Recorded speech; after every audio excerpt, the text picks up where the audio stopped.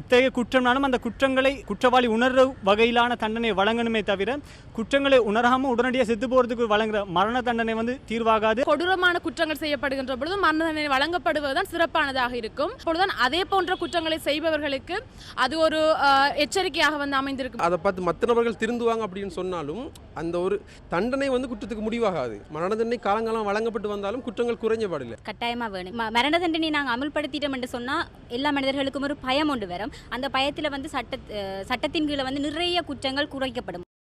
கதிர்விடும் இந்த சூரிய வெளிச்சம் இனம், மதம், மொழி கடந்து அனைவருக்கும் பொதுவானது. ஆனாலும் மரண தண்டனை கைதிகளுக்கு அது அரிதானது, வரையறையுடையது. மரண தண்டனை அமுல்படுத்தப்படுதலில் உள்ள கருத்து மோதல்களுடன் வெலிக்கடை சிறைச்சாலைக்கு சென்றோம். உயர்ந்து பறந்த மதில் சுவர்களும் துப்பாக்கி தாங்கிய போலீசாரின் நடமாட்டமும் சிறை பாதுகாப்பை சங்கீதமாய் சொல்லின. மரண தண்டனை கைதிகள் தனியான பிரிவில் விசேட பாதுகாப்புடன் ஒரு கூடத்திற்கு ஒருவர் அல்லது மூவர் என்ற அடிப்படையில் அடைக்கப்படுவது வழமை. நாளொன்றுக்கு உடற்பயிற்சிக்காக சிறைக்கூடம் திறக்கப்படும் 40 நிமிடங்களில் மாத்திரமே மரண தண்டனை கைதியின் உடலை சூரிய ஒளி தீண்டும். மரண தண்டனை நிறைவேற்றப்படாமையினால் கைதிகளின் எண்ணிக்கை அதிகரித்து செல்வதாக சிறைச்சாலைகள் திணைக்களம் சுட்டிக்காட்டுகின்றது. විශාල ජනගහනයක් මරණීය දණ්ඩනයේ නියම සිරකරුවන් සිටින නිසා අපිට ඇත්තටම ප්‍රධාන ආයතනවල එම සිරකරුවන් රඳවා තබා ගැනීමට ඉතාමත් අපහසුයක් තියෙනවා. ඉතින් ඒ නිසා මේගොල්ලන්ව අපි ප්‍රාදේශීය බන්ධනාගාරවලවත් විශේෂ අංශ ස්ථාපිත කරලා අපි ඒ අංශවලට යොමු කරලා තියෙනවා.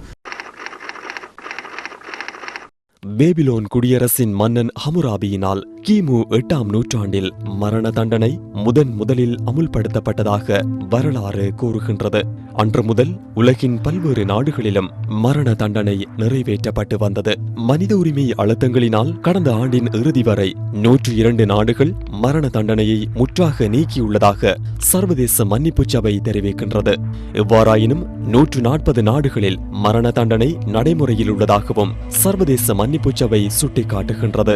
உலகளவில் 2014ஆம் ஆண்டுடன் ஒப்பிடுகையில் 2015ஆம் ஆண்டில் மரண தண்டனை நிறைவேற்றப்பட்டவர்களின் எண்ணிக்கை 50% விட உயர்வடைந்துள்ளது.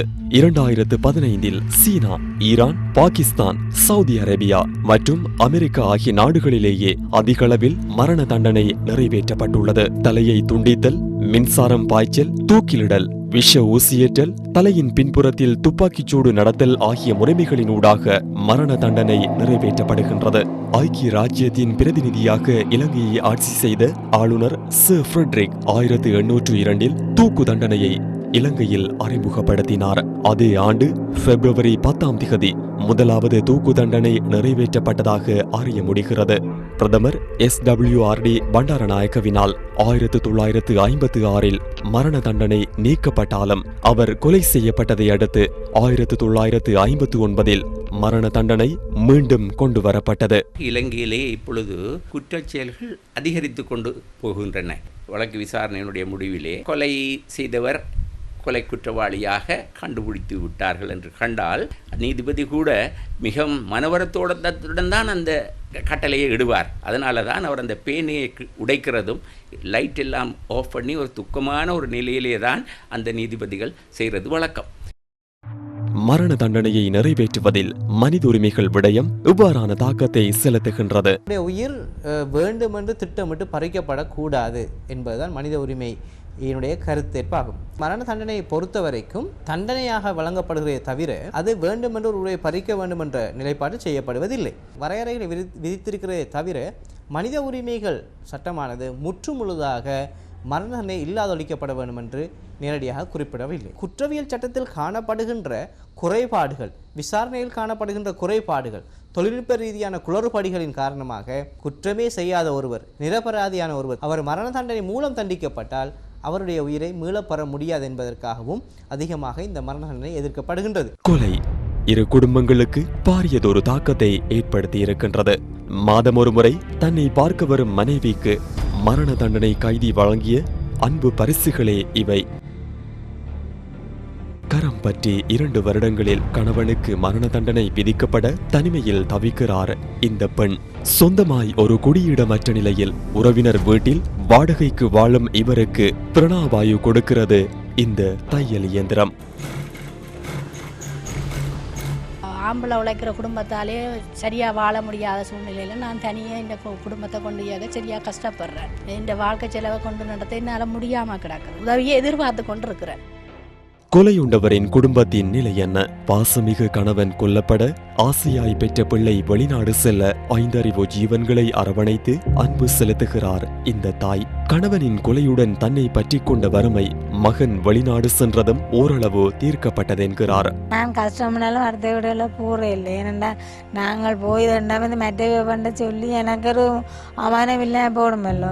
நான் கேட்ட மாதிரி கடவுள் தண்டனை அவரே கிடைச்சிடு. தண்டனை மரண தண்டனை பேசினேன். ஏன் நம்ம அவ்வளோ ஆகுறதுக்கு கூட அவனுக்கு ஆயுள் தண்டனையாக கொடுத்துக்கலாம் தானே இந்த பிள்ளை கேட்டது. தூக்கு தண்டனையை குறைந்தாத்தான் வந்து பல பிரச்சனையில தீர்வு காணும். மரண தண்டனை கொடுக்கறதால் சமுதாயத்தில் மாற்றம் பெறுமா? அப்படி ஒரு இந்த மாற்றம் பெற போறது இல்லை. சட்டங்கள் கடுமையானால் குற்றங்கள் குறையும். ஸ்ட்ராங்கான ஒரு சட்டம் ஒன்று இல்லை என்ற ஒரே காரணத்தால அந்த தவறுகள் மீண்டும் மீண்டும் நடக்கிறது. எவருக்குமே மரண தண்டனை விதிக்க கூடாது. கொடுத்தாதான் மற்றவையும் இதை பார்த்து பயப்படுவேன். மரண தண்டனை தொடர்பில் எமது உத்தியோகபூர்வ ஃபேஸ்புக் பக்கத்தில் இவ்வாறான கருத்துக்கள் பதிவு செய்யப்பட்டுள்ளன.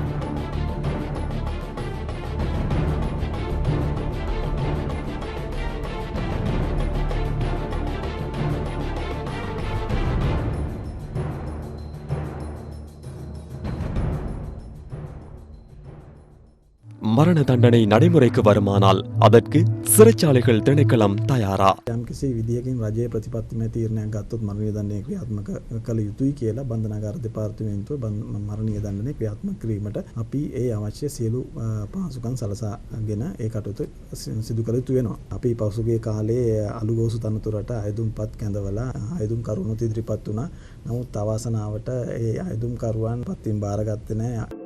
வெலிக்கடை சிறையில் உள்ள ஆங்கிலேயர் காலத்து தூக்கு மேடையின் தற்போதைய நிலை அறிவதற்கும் நாம் முயற்சித்தோம். காலாகாலமாய் பூட்டப்பட்டு தூசியும் பழமையும் படர்ந்திருந்த வெலிக்கடை தூக்கு மேடையை அதிகாரிகளின் உதவியுடன் நாம் திறந்தோம்.